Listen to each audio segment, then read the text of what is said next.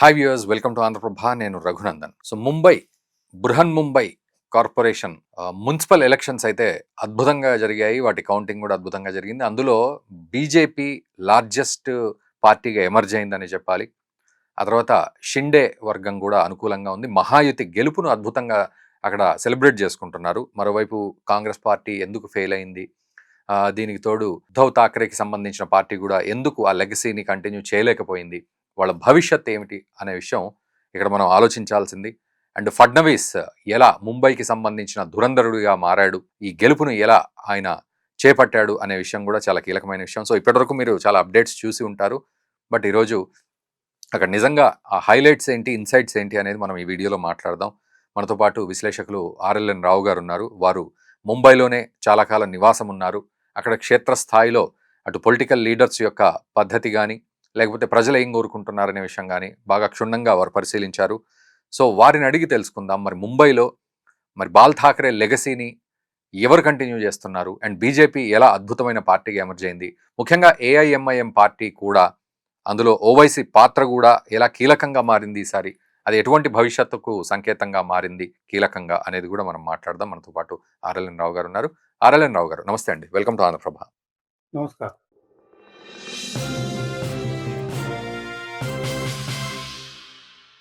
Sir ఏమిటి sir, అంటే ముంబైలో ఇప్పుడు అతిపెద్ద పార్టీగా బీజేపీ అవతరించింది, మహాయుతి ఘన విజయం సాధించింది. సో 29 చోట్ల అంటే దాదాపు 1400 సీట్లు బీజేపీ గెలుచుకుంది అని చెప్పడం. సో ఈ సినేరియోని ఎట్లా అర్థం చేసుకోవాలి, హైలైట్స్ని ఎట్లా అర్థం చేసుకోవాలి? అంటే పార్లమెంట్ ఎన్నికల్లో ఈ ముంబై వరకు మనం తీసుకున్నట్టయితే ఉన్న 6 పార్లమెంటరీ సీట్లలో సుమారుగా, అంటే ముంబై సబర్బన్ ఏరియాస్ కలిపితే అందులో బీజేపీ ఒకటే గెలిచింది. సో అది కొంతగా మారి అసెంబ్లీ ఎలక్షన్స్ వచ్చేసరికి 15 అసెంబ్లీ సెగ్మెంట్స్లో బీజేపీ కన్సాలిడేట్గా గెలిచింది. ఇప్పుడు తీసుకున్నటువంటి పర్ఫార్మెన్స్ ఏముందంటే 2 రకాలుగా ఉన్నారనమాట. పార్లమెంట్ ఎలక్షన్లో ఏ విధమైన దెబ్బ తగిలిందో దాని నుంచి అసెంబ్లీ దాని నుంచి బాగా కోలుకున్న తర్వాత ఇప్పుడు పూర్తిగా కన్సాలిడేట్ అయింది. బాంబేలో కార్పొరేషన్ ఎలక్షన్స్ గెలవడం అనేటటువంటిది మీకు లోకల్ మిగతా ఏరియాలో కూడా అదే నిజం, కానీ బాంబేలో అది ఇంకా కొద్దిగా ఎక్కువ నిజం అనమాట. బాంబేలో కార్పొరేటర్ గా గెలవడం అనేటటువంటిది చిన్న విషయం కాదు, అన్లెస్ అంటే మీకు గ్రౌండ్ లెవెల్ నెట్వర్క్ ఉండడం ఉంటే కానీ గెలవడం అనేటటువంటిది అంత ఈజీ అయినటువంటి పని కాదు. ఎందుకంటే మీరు శివసేన కార్పొరేటర్స్ యొక్క పనితీరు కానీ మీరు గమనించినట్లయితే, మీరు ఆ కార్పొరేట్ ఏరియాలో ఉన్నట్టయితే మీ ఇంట్లో పెళ్ళైనా వాళ్ళు వస్తారు. సో అక్కడ అడ్వాంటేజ్ ఏంటంటే శివసేన వాళ్ళకి నెట్వర్కింగ్ చాలా స్ట్రాంగ్ గా ఉంది, మొదటి నుంచి ఉంది, 40 సంవత్సరాల నుంచి ఉంది, గ్రౌండ్ లెవెల్ వరకు చాలా స్ట్రాంగ్ గా ఉంది. అటువంటి ప్రాంతంలో గ్రౌండ్ లెవెల్ నెట్వర్క్ చేసి బిల్డప్ చేసి ఇప్పుడు ఇంత కార్పొరేట్ సీట్లు గెలవడం అనేటటువంటిది చాలా చాలా కష్టమైనటువంటి పని. కాబట్టి ఇది ఒక మిరాక్యులస్ రిజల్ట్ కింద, అంటే ఈ నెంబర్స్ ఇంతకు ముందు కూడా ఉన్నాయి అప్పుడు, కానీ అప్పుడు శివసేనతో పాటు కలిపి పోటీ చేసిన సందర్భాలు ఉన్నాయి. కాబట్టి ఈ మొత్తం అర్బన్ ఏరియాస్ లో భారీ ఎత్తున కన్సాలిడేషన్ ఏదైతే ఉందో, ఒక్క బాంబే కాకుండా మిగతా అన్ని ఏరియాల్లో 29 కార్పొరేషన్స్ లో 25 వరకు మహాయుతి గెలిచింది. కాబట్టి అర్బన్ కన్సాలిడేషన్ అనేటటువంటి పూర్తిగా బీజేపీ వైపు ఉండడము, సింగిల్ లార్జెస్ట్ పార్టీగా సుమారుగా 35% ఓట్స్ బీజేపీ తెచ్చుకోవడము, 1400 సీట్లు గెలవడం అనేటటువంటిది చాలా మంచి రిజల్ట్ ఇది అర్బన్ ఏరియా కన్సాలిడేషన్ కి. కాబట్టి మొత్తము మహారాష్ట్ర వరకు తీసుకున్నట్టయితే దేవేంద్ర ఫడ్నవీస్ అనేటటువంటి అతను ఒక విధమైనటువంటి రీజనల్ స్ట్రాంగ్ మ్యాన్. ఇంతకుముందు చవాను ఇటువంటి వాళ్ళు కాంగ్రెస్ కి ఏ విధంగా అయితే ఉండేవాళ్ళో ఆ విధమైనటువంటి రీజనల్ స్ట్రాంగ్ మ్యాన్ కింద బీజేపీ తరఫు నుంచి ఎమర్జ్ అయినటువంటిది. ఈ రేపటి నుంచి కానీ ఈ రోజు నుంచి కూడా మహారాష్ట్ర రాజకీయాలు దేవేంద్ర ఫడ్నవీస్ గారి చుట్టే తిరుగుతాయి. ముంబై దురంధర్ అనమాట. ముంబై దురంధర్ అని మనం చెప్పుకోవచ్చు అన్నమాట. కాబట్టి అతని ప్లానింగ్ కానీ అతని రిజల్ట్ కానీ ఇదంతా, అంటే నేను వ్యక్తిగతంగా కలవలేదు కానీ కొంతవరకు కొన్ని ప్రోగ్రామ్స్, వాళ్ళు ఉన్నటువంటి ప్రోగ్రామ్స్ బాంబే స్టాక్ ఎక్స్చేంజ్ లో వాటిలో అటెండ్ అయ్యాను. చాలా కేపబుల్ లీడర్ గా చాలా కేపబుల్ లీడర్ గా చేస్తున్నాడు. అతను మాట్లాడే పద్ధతి కానీ, అంటే ఒక టాప్ లెవెల్ బిజినెస్ కాన్ఫరెన్స్ లో ఎట్లా మాట్లాడతారు, అదే విధంగా రూరల్ ఏరియాలో మరాఠీలో పొలిటికల్ లీడర్ గా ఎట్లా మాట్లాడతారు, ఆ అడాప్టేషన్ కానీ ఒక విధంగా మీరు ఒక దగ్గర చూస్తే అతను ఐఏఎస్ ఆఫీసర్ కింద కనిపిస్తారు, రూరల్ ఏరియాలకు వెళ్తే పక్కా మహారాష్ట్రన్ పాలిటీషియన్ కింద కనిపిస్తాడు అనమాట. చాలా కేపబుల్ గా బయటకు వచ్చారు, చాలా ప్లానింగ్ చేసుకొని మెటిక్యులస్ గా గెలవడం అనేటటువంటిది. ఇది మొత్తం చాలా ఇదే. రెండోది ఏంటంటే శివసేన మనం అనుకున్నట్టుగా ఈ రిజల్ట్ యొక్క ఇంపాక్ట్ శివసేన వాళ్ళ మీద ఉంది. అది మనం తర్వాత డిస్కస్ హ్మ్. చేద్దాం. ఇది రిజల్ట్ మాత్రం నేను చెప్పినట్టుగా బీజేపీ ఒక పవర్‌ఫుల్ పార్టీగా రావడము, హ్మ్. రేపు ఎన్‌సీపీ అజిత్ పవార్ పక్షానికి గాని, షిండే పక్షానికి గాని శివసేనలో బీజేపీ వాళ్ళని బ్లాక్‌మెయిల్ చేయడం అనేటటువంటిది ఈ రిజల్ట్ తర్వాత ఇంకా కొద్దిగా కష్టమవుతుంది. సో అంటే ఒక సింగిల్ మ్యాన్ ఆర్మీ లాగా మాట్లాడినట్టయితే సో ఈ క్రెడిట్ అంతా మరి ఫడ్నవీస్‌కే వెళ్తుంది అని చెప్పాలా? లేకపోతే మోదీ ఫ్యాక్టర్ కూడా ఇంక్లూడ్ అవుతది ఇందులో అని అనుకోవాలా? ఎట్లా అర్థం చేసుకోవాలి? అంటే ఇక్కడ 2, 3 ఫ్యాక్టర్స్ ఉన్నాయండి. అంటే ఫడ్నవీస్ గారి లోకల్ ఆర్గనైజేషన్ గాని, అడ్మినిస్ట్రేషన్ గాని చాలా బావుంటుంది. హ్మ్. When compare to other Maharashtrian politicians. హ్మ్. మిగతా పాలిటీషియన్స్‌తో పోల్చుకుంటే మహారాష్ట్రలో ఫడ్నవీస్ గారి అడ్మినిస్ట్రేషన్ చాలా బావుంటుంది. హ్మ్. అక్కడ ఉన్నాం కాబట్టి మనం ప్రత్యక్షంగా చూసాం కాబట్టి మనం చెప్పొచ్చు దాన్ని. హ్మ్.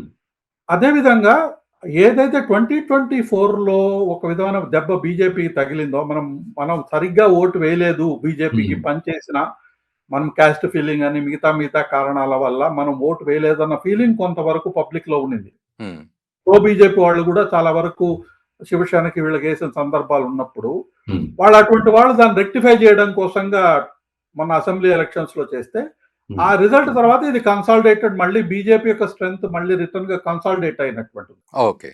కాబట్టి బీజేపీ ఆర్గనైజేషన్ కూడా స్ట్రాంగ్ అయినటువంటిది ఉన్నది. లీడర్‌షిప్ వరకు అయితే మనం దేవేంద్ర ఫడ్నవీస్ గారికే క్రెడిట్ ఇవ్వాలి. మోడీ గారిది ఈ ఎలక్షన్స్‌లో పెద్దగా ప్రత్యక్షంగా ఆయనేమి పెద్దగా పాల్గొనలేదు. ఓకే. సో ఇప్పుడు అటువైపు గనక వచ్చినట్లయితే ఇప్పుడు మహాయుతిని కాకుండా ఇటు చూస్తే సో యూబీటీ ఎందుకు ఫెయిల్ అయినట్టు? కాంగ్రెస్ ఎందుకు ఫెయిల్ అయినట్టు? మరి ఆ లెగసీని ఎవరు కంటిన్యూ చేస్తున్నట్టు శివసేనకు సంబంధించి ఎట్లా అర్థం చేసుకోవాలి? అంటే మనము దూరం నుంచి బాలసాహెబ్ ఠాకరే గారి లెగసీ మనకు చాలా బాగా కనిపించినా గానీ, అందులో కూడా కొన్ని నెగెటివ్స్ ఉన్నాయి. లేదని ఓకే. చెప్పలేదు. కానీ పాజిటివ్స్ వరకు తీసుకున్నట్టయితే, ఆయన ప్రతిరోజు వందల మందిని కలిసేవాడు. హ్మ్. సాధారణంగా ఇంట్లో నుంచి పెద్దగా బయటకొచ్చేది లేదు. అట్‌లీస్ట్ లాస్ట్ 15, 20 సంవత్సరాలుగా పెద్దగా బయటకొచ్చేటట్టు లేదు గానీ, రోజుకు వందల మందిని కలిసేవాడు ఈజీగా. హ్మ్. మామూలుగా మనమైనా గానీ అపాయింట్‌మెంట్ తీసుకొని వెళ్లి కలవచ్చు. హ్మ్.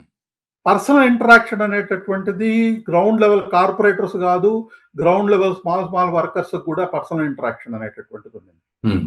అట్‌లీస్ట్ బాంబే సిటీలో గాని, ఇంకా అర్బన్ ఏరియా పర్టిక్యులర్‌గా బాంబే సిటీలో. హ్మ్. రోజు కనీసం ఒక 10 గంటలు, 15 గంటలు ఆయన ఖచ్చితంగా పొలిటికల్ వర్క్ చేసేవాడు. హ్మ్. అది ఇప్పుడు లేదు. ఓకే. చాలా పెద్ద డిఫరెన్స్ వస్తుందది. అంటే హ్యాండ్స్ ఆన్ అప్రోచ్ ఉండి టాప్ లీడర్‌తో మీరు డైరెక్ట్‌గా చేసి అనేటటువంటిది అవసరమవుతుంది చాలా విషయాల్లో.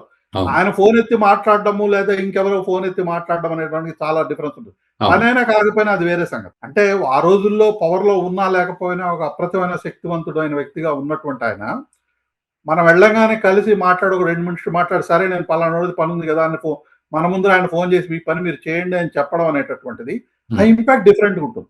హ్మ్. అదే విధంగా ఆయన లెగసీలో లీడర్స్‌ని ఎటువంటి వాళ్ళని తీసుకొనొచ్చారంటే, ఈవెన్ ఎమ్మెల్యేలు గాని, కార్పొరేటర్స్ గాని నేను ఇందాక చెప్పినట్టుగా మీ ఇంట్లో ఏదన్నా మంచి అయినా, చెడైనా గాని మీ కార్పొరేటర్ వస్తాడు. హ్మ్. పర్టిక్యులర్‌గా మీరు శివసేన వర్కర్ అయితే ఖచ్చితంగా వస్తారు. ఓకే. ప్లస్ మీరు ఆ ఏరియాలో ఉన్నప్పుడు గాని మా అపార్ట్మెంట్‌లోనే లోకల్ ఎమ్మెల్యే ఉండేవాళ్ళు. హ్మ్. ఆ తర్వాత అజిత్ ఠాకరే గారు మా ఎమ్మెల్యే. అవును. మా అపార్ట్మెంట్‌లో ఉన్నటువంటి ఎమ్మెల్యేకే ఆ కారు డ్రైవరే హ్మ్. వాళ్ళ అమ్మాయి సీట్ కోసం పోయి మాట్లాడితే ఆ అమ్మాయికి సీట్ ఇప్పించాడు ఆయన. ఓహ్! గ్రేట్. ఎంబీఏలో. హ్మ్. ఆల్‌మోస్ట్ 2, 3 లక్షల రూపాయలు కన్సెషన్‌కి ఆయన ఇమ్మీడియేట్‌గా ఫోన్‌లో మాట్లాడి స్లిప్ రాసిచ్చి నువ్వు వెళ్లి పలానా ఆయనతో మాట్లాడు.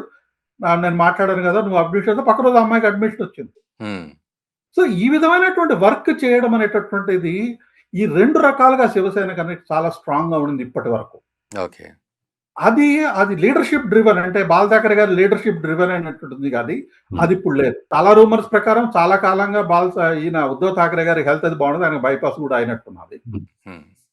ప్లస్ ఆదిత్య ఠాకరే అంత మెచ్యూర్ లీడర్ అయితే కాదు. Hmm. He lives in a different world. వేరే ప్రపంచంలో ఉంటాడాయన. ఓకే. అండ్ మరోవైపు సార్ ఇటు ఏఐఎంఐఎం పెర్ఫార్మన్స్ గూడా ఓవైసీ పాత్ర గూడా ఎలా అర్థం చేసుకోవాలి ఈ ఎలక్షన్స్‌లో? మొత్తం మనం మహారాష్ట్రలో చూసినట్లయితే ఒక ముస్లిం ఓట్ అనేటటువంటిది ఒక టోటల్‌గా చాలా వరకు షిఫ్ట్ అయినటువంటి 2 బేసిక్ షిఫ్ట్స్ కనిపిస్తాయి. హ్మ్. శివసేన ఉన్నటువంటి ప్రాంతాల్లో ఎప్పుడు పోయినట్టుగా లాస్ట్ 2, 3 ఎలక్షన్స్‌లో ఎప్పుడైతే బీజేపీ వ్యతిరేకంగా శివసేన వెళ్ళిందో దానికి ముస్లిమ్స్ ఓట్లేస్తున్నారు. హ్మ్. అంతకంటే మార్పుగా మీరు మాలేగావ్ గాని, మిగతా ప్రాంతాల్లో ఉన్న రిజల్ట్ చూసినట్టయితే హ్మ్. ముస్లింల పార్టీకి ఓటు వేయడం అనేటటువంటిది మొదలైంది. హ్మ్. అంటే ముస్లిమ్స్ మెజారిటీ ఉన్నటువంటి ప్లేస్‌లో సెక్యులర్ పార్టీలని చెప్పుకునేటటువంటి వాళ్ళకి ఓట్లు పడడం ఆగిపోయింది మాలేగావ్ కానీ మిగతా ప్రాంతాల్లో. ఓకే. ఎంఐఎం కానీ లోకల్గా ఉన్నటువంటి ముస్లిం లీడర్స్ కానీ వాళ్ళకే ఓట్లు పడుతున్నాయి కానీ మిగతా వాళ్ళకి పట్టడం లేదు. అదొక ఈ 2 డెవలప్మెంట్స్ అనేటటువంటివి మొత్తం అక్రాస్ ది దీంట్లో చూసినట్టయితే across the country even Bihar లాంటి దగ్గర కూడా ఎంఐఎంకు ఓట్లు పడ్డం, ముస్లింలకే ఓట్లు వేయడం అనేటటువంటిది స్టార్ట్ అయితే ఇది ప్రస్ఫుటంగా మనకి ఇప్పుడు కనిపించింది. అర్బన్ ఏరియాస్లో, అర్బన్ పాకెట్స్లో కొన్ని పాకెట్లో ఏ విధంగా ఎక్కడైతే ముస్లింలు ఎక్కువ ఉన్నారో ఈ ప్రాంతాల్లో మనకి సంభాజీనగర్ కానీ లేకపోయినట్టయితే మాలేగావ్ కానీ కొంతవరకు కొల్హాపూర్లో కానీ ఈ ప్రాంతాల్లో ఎంఐఎం పర్ఫార్మెన్స్ చాలా బాగుంది. అంటే ఎట్లా అర్థం చేసుకోవాలి సార్? అంటే వీళ్ళు ఐసోలేట్ అవుతున్నారా లేకపోతే చేస్తున్నారా వాళ్ళని ఐసోలేట్, లేకపోతే ఎట్లా అర్థం చేసుకోవాలి అందరితో? ఎప్పుడైతే మీరు ఒక విధమైనటువంటి రిలీజియస్ కన్సాలిడేషన్ ఎంకరేజ్ చేశారో దాని నెక్స్ట్ లాజికల్ స్టెప్ అది ఇంకా consolidate towards their own religious community వెళ్ళడం. ఇది ఈజ్ ఓన్లీ లాజికల్ ప్రోగ్రెషన్ అన్నమాట. మీరు ఎక్స్ట్రీమిజాన్ని ఎంకరేజ్ చేస్తున్నారు సెక్యులరిజం పేరు చెప్పుకొనేసి, ఆ ఎక్స్ట్రీమిజం ఎంకరేజ్ ఎక్స్ట్రీమిస్ట్ పార్టీలకే వెళ్తారు నెక్స్ట్ స్టెప్ అది. కాబట్టి ఇప్పుడు ఓల్డ్ సిటీలో ఎట్లయితే కాంగ్రెస్ వేయకుండా ఎంఐఎం కేస్తారో రేపు మాలేగావ్లో కూడా కాంగ్రెస్ వేయకుండా ఎంఐఎం కేస్తారు, లేదా లోకల్ ఇంకో ముస్లిం పార్టీ ఉంటే వాళ్ళకేస్తారు. సో ఇది ఎవరికి మైనస్ అవుతోంది? ఇటు కాంగ్రెస్ కి అయిందా లేకపోతే ఏదైతే నాన్ బీజేపీ అలయన్స్ ఏ పొలిటికల్ పార్టీ అయినా వీటన్నిటికీ నెగిటివ్ అవుతుంది. కానీ కొన్ని ఏరియాస్ లో మాత్రం బాంబేలో చిన్న పాకెట్స్ లో నేను గమనించింది ఏంటంటే ఎక్కడైతే ముస్లిం ఓట్స్ ఒక 3,000 4,000 అట్లా ఉన్నటువంటి ఏరియాలో వాళ్ళు శివసేనకి వేశారు, కాంగ్రెస్ ఎవరు బీజేపీ ఓడిస్తారో వాళ్ళకేసారు. ఇది టాక్టికల్ ఓటింగ్ కూడా జరిగింది. కానీ మెజారిటీ మేము ఇక్కడ గెలుస్తాం ఖచ్చితంగా అనుకున్నప్పుడు వాళ్ళు ఖచ్చితంగా కూడా ఎంఐఎంకి కానీ లోకల్ ముస్లిం పార్టీ కానీ కొన్ని ఇస్లామిక్ పార్టీ అనేది ఉన్నట్టుంది దానికి కూడా ఓట్లు వేసినట్టున్నారు. సో ఇప్పుడు సార్ ఇక్కడ బీజేపీ గెలిచింది, యాజ్ ఎన్ లార్జెస్ట్ పార్టీగా ఎమర్జ్ అయింది అంటున్నాము. తర్వాత షిండే శివసేన కూడా. సో ఎటువంటి ఛాలెంజెస్ ఉన్నాయి భవిష్యత్తులో? ఎందుకంటే మెట్రో రైల్ ప్రాజెక్ట్ ఇవన్నీ ప్రతిష్టాత్మకంగా కూడా మెయింటైన్ చేయడం ఇదంతా సక్సెస్ఫుల్గా నడిచింది. సో లోకల్గా ఇప్పుడు ఎట్లాంటి ప్రాబ్లమ్స్ మీద, ఛాలెంజెస్ మీద భవిష్యత్తు ఉంది ఇప్పుడు? అంటే ఇప్పుడు శివసేన రైట్ ఆఫ్ చేయడం అనేటటువంటిది మాత్రం జరగదండి. శివసేన అనేటటువంటిది రైట్ ఆఫ్ కాలేదు. ఏరియాస్ ఏవైతే స్ప్రెడ్ అయినటువంటి ఏరియాస్ లో ఓటింగ్ జరిగినటువంటిది ఎక్కడైతే ఉందో మహారాష్ట్రియన్స్ ఎక్కువగా ప్రాంతాల్లో ఉన్నటువంటి ప్రాంతాల్లో శివసేన ఇప్పటికి కూడా స్ట్రాంగ్ గా పర్ఫార్మెన్స్ ఇచ్చింది. అట్లా కాకుండా కాస్మోపాలిటన్ ఓటింగ్ అంటే రకరకాల కమ్యూనిటీస్ కలిసి ఉన్నటువంటి ఏరియాస్ లో మాత్రం బీజేపీ స్వీప్ చేసింది. కాబట్టి శివసేనకి 66 సీట్లు ఉండడం అనేటటువంటిది చిన్న చిత్తగా విషయం కాదు ఇక్కడ. రెండోది ఏంటంటే డివిజన్ కానీ సరిగ్గా జరగకుండా కొంత కన్సాలిడేటెడ్ గా అందరూ కలిసి పోటీ చేస్తున్నట్టయితే బీజేపీకి అగెనిస్ట్ గా రిజల్ట్ వేరే విధంగా ఉండొచ్చు కూడా మనం చెప్పలేము. కాబట్టి మనం శివసేనని ఇప్పటికిప్పుడు రైట్ ఆఫ్ చేయలేము, ప్రొవైడెడ్ అంటే శివసేన ఉద్దేశంలో ఉద్ధవ్ ఠాకరే కానీ పని చేసినట్లయితే పార్టీని రివైవ్ చేయొచ్చు. కానీ ఆయన కానీ ఆయన కొడుకు కానీ పని చేస్తారో అన్నటువంటిది మనకు కనిపించటం లేదు. ఇకపోతే రాజ్ ఠాకరే సంగతి చూసుకున్నట్టయితే రాజ్ ఠాకరే ఉన్నటువంటి డ్రామాస్ మొదటి నుంచి జరుగుతుంది. ఒక 20 సంవత్సరాల నుంచి ఆయన రాజకీయం నేనైతే చూస్తూనే ఉన్నాను. ఆయన కేవలం ఆయన హాని చేసే శివసేనకి వాటి మాత్రమే హాని చేస్తాడు. ఆయన పోటీ చేయడం వల్ల శివసేనకి హాని జరుగుతుంది కానీ ఆయన గెలిచేది లేదు, లేదా ఇంకెవరైనా గెలిపించేటట్టు లేదు. ఆయన కొడుకు కూడా ఇప్పుడు వచ్చాడు, అమిత్ ఠాకరేనా ఎవరో, ఆయన కూడా ఇటువంటి రాజకీయాలా చేస్తున్నాడు. వీళ్ళిద్దరు యంగ్స్టర్స్ అయితే ఆదిత్య ఠాకరే కానీ రాజ్ ఠాకరే కొడుకు అమిత్ ఠాకరే కానీ వీళ్ళిద్దరికి పెద్దగా స్పార్క్ ఉన్నట్టయితే కనిపించలేదు. సో కాల్డ్ యూత్ పాలిటిక్స్ ఉన్నారు కానీ they are not getting the imagination of public. అన్నిటికంటే ముఖ్యమైనటువంటిది ఎంత ఈ ఎలక్షన్స్ లో మరాఠీ ప్రెస్ ఏదైతే ఉందో అవుట్ అండ్ అవుట్ గా బీజేపీకి అగ్నెట్ గా వర్క్ చేసింది. అయినప్పటికీ కూడా బీజేపీ ఈ విధమైనటువంటి రిజల్ట్ తీసుకోవడం అనేది కూడా ఒక ఇంపార్టెంట్. ఓకే. సో ఓవరాల్గా సార్, ఓవరాల్గా కంప్లీట్ అంటే ఈ ఎలక్షన్స్ తోటి, మున్సిపల్ ఎలక్షన్స్లో సీరియస్ హైలైట్స్ ఏమిటి అంటే ఒక 2-3 ఏం చెప్తారు? నేను చెప్పినట్టుగా ఇక మహారాష్ట్ర రాజకీయాలు దేవేంద్ర ఫడ్నవీస్ గారి చుట్టూ తిరుగుతాయి. ఉద్ధవ్ ఠాకరే గారు కానీ ఇప్పటికైనా కానీ కష్టపడి మళ్ళీ పార్టీని రివైవ్ చేయడానికి కష్టపడి పని చేయకుండా ఉన్నట్లయితే ఈ ఫాల్ అయితే కొనసాగుతుంది. మూడోది ఏంటంటే నేను ఇందాక చెప్పినట్టుగా emergence of the Muslim parties అనేటటువంటిది ఒక స్ట్రాంగ్ ఇండికేషన్ వచ్చింది. నాలుగోది ఏంటంటే ఎన్సిపి అనేటటువంటిది వాళ్ళ సోకాల్డ్ స్ట్రాంగ్ ఏరియాస్ పూణే లాంటి ప్లేసెస్ లో కూడా తీవ్రంగా దెబ్బతిన్నారు. కాబట్టి ఎన్సిపి ఇంతకు ముందు ఉన్నటువంటి కోట్ అనుకోట్ ఇమేజ్ ఏదైతే ఉందో గ్రౌండ్ లో అది లేదు. ఒక మంచి టైట్ ఫైట్ ఉన్నట్టయితే ఎన్సీపీ గ్రౌండ్ లెవెల్‌లో లేదు అన్నటువంటిది మరొకసారి స్పష్టమైంది. ఎన్సీపీకి మాత్రం ఇంకా తగ్గడం అనేటటువంటిది అయితే ఇంతకంటే తగ్గేదే లేదు. ఆ తక్కువలోనే అది ఉంటుందన్నమాట.